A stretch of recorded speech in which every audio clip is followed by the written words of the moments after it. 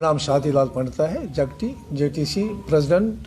आज की press conference Kashmiri पंडितों के जो मुद्दे मसाइल हैं तो उनको हाईलाइट करने के लिए और जो हमारे साथ जुल्म हो रहा है उसको उजागर करने के लिए आज हमने ये प्रेस कॉन्फ्रेंस बुलाई है। आपके माध्यम से हम सरकार तक अपनी आवाज़ पहुंचाना चाहते हैं।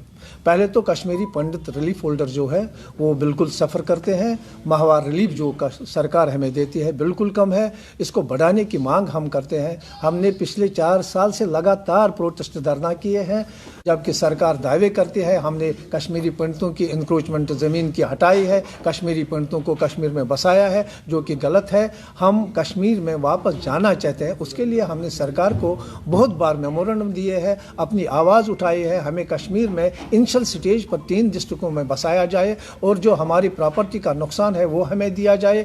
माइग्रेंट यूथ जो है, पढ़ा लिखा यूथ है, फ्रस्ट्रेट हो रहा है, उसके लिए एक नई पैकेज दी जाए जैसे कि पहले सरकारों ने दी थी। और पुलिस भर्ती, हमारी यूथ पुलिस फोर्स में देश की खदमत करना चाहते हैं, पुलिस फोर्स में जाना चाहते हैं, उनके लिए ऑन स्पॉट भर्ती की जाए। और हमारी मांग है कि कश्मीरी पंडितों का जो पॉलिटिकल स्टेटस नहीं है, हम मांग करते हैं 5 असेंबली सीट्स और 2 पॉलिटिकल सीट्स कश्मीरी तरह से की पॉलिटिकल रिजर्वेशन चाहते हैं। जो हमारे साथ पिछले 10 साल में गुंडागर्दी की जा रही है, हमें खौफजदा किया जा रहा है, हम सरकार से मुतालबा करना चाहते हैं इसको रोका जाए। मेरे साथ एक विक्टिम है जिसके साथ हाल ही में तहसील ऑफिस पर घसीटा गया। इसकी मां को बताया गया यहां से दफा हो जाओ, जो मेरी भी मां है, जिसको तहसील ऑफिस ने और वहां के गुंडों ने, तहसील के गुंडों ने धकेला बाहर। एक लॉबी बनाई है, करप्शन की लॉबी, और उनके क्वार्टर सील किए जाते हैं।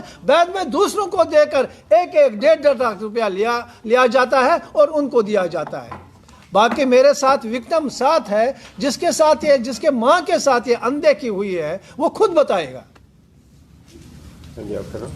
मेरा नाम समीर रैना है जी। मेरी माता जी का फ्लैट है जी जगटी में, तो उसको सील किया गया था। काफ़ी सारे वैसे सील हुए थे, तो दूसरे दिन वो खोले गए। जब मैंने अप्रोच किया माता जी के साथ तो हमें बोला गया कि नेक्स्ट डे आइए। फिर अल्टीमेटली हम फ्राइडे को गए, तो मेरी वाइफ और माता जी अंदर गए। वो सीनियर सिटीज़न है, अब विडो है वो मेरी माता जी, मेरे भगवान। तो जब मैं बाहर ही था तो ये माता जी को तहसीलदार बोल रहे हैं कि आप दफ़ा हो के बाहर जाके मरिए। तो ये मेरे से बर्दाश्त नहीं हुआ। मैंने तहसीलदार साहब को बोला कि आप ऐसे अभद्र भाषा नहीं कर सकते, मेरी माँ भगवान है मुझे। उन्होंने बोला आप 3rd क्लास लोग हैं। मेरे पूरे कौम को बोला गया कि आप 3rd क्लास हो, और मुझे बोला गया आप पढ़े लिखे क्रिमिनल और गुंडे हो। तो उससे भी उनका जीभ बड़ा नहीं है। उसके बाद उन्होंने लॉ एंड फोर्स वालों को बुलाया और हमें हॉस्टेज रखा गया। मुझे, मेरी पत्नी और मेरी माता जी को 2.5 घंटे हमें हॉस्टेज रखा गया और रीइंफोर्समेंट मंगवाई गई यहाँ RRM से, रिलीफ ऑफिस से। उसमें काफ़ी सारे क्लास 4 क्लर्क्स और एक ACR के साथ मुझे दर्द बोझने की पूरी कोशिश करी गई और मुझसे माफ़ी मांगने की ये। मैंने बोला जब मैंने कुछ किया ही नहीं, आपने अभद्र भाषा की, आपने रेसिज्म की टिप्पणी आपने की, आपने हमें घसेड़ा, मेरी माँ का शॉल खींचा क्लास 4 लोगों ने। ये इंसाफ है, हम कहाँ जाएंगे? भारत माता आप कहाँ जाएंगे? मैं कहा पहले वहाँ कपड़े फाटे, मैं यहाँ पे भी फाड़ना चाहता हूँ। मेरे साथ जुल्म हुआ, मेरे कौम के बारे में गलत टिप्पणी की है। हम क्या 3rd क्लास है? मेरी कश्मीरी कौम 3rd क्लास है क्या? कश्मीरी पंडितों को तो साहब मैंने इलेक्शन लड़ी है, भारत माता का झंडा 2008 में कुपवारा में लहराया मैंने, भारत माता का कॉन्स्टिट्यूशन में मैंने ओथ ली है। मेरा किसी थाने में आप रिकॉर्ड देखिए, मेरे को सब जानते हैं मैं क्रिमिनल हूँ क्या? ऐसे कैसे मेरे को कोई ऑप्शन बोल सकता है आप क्रिमिनल हो?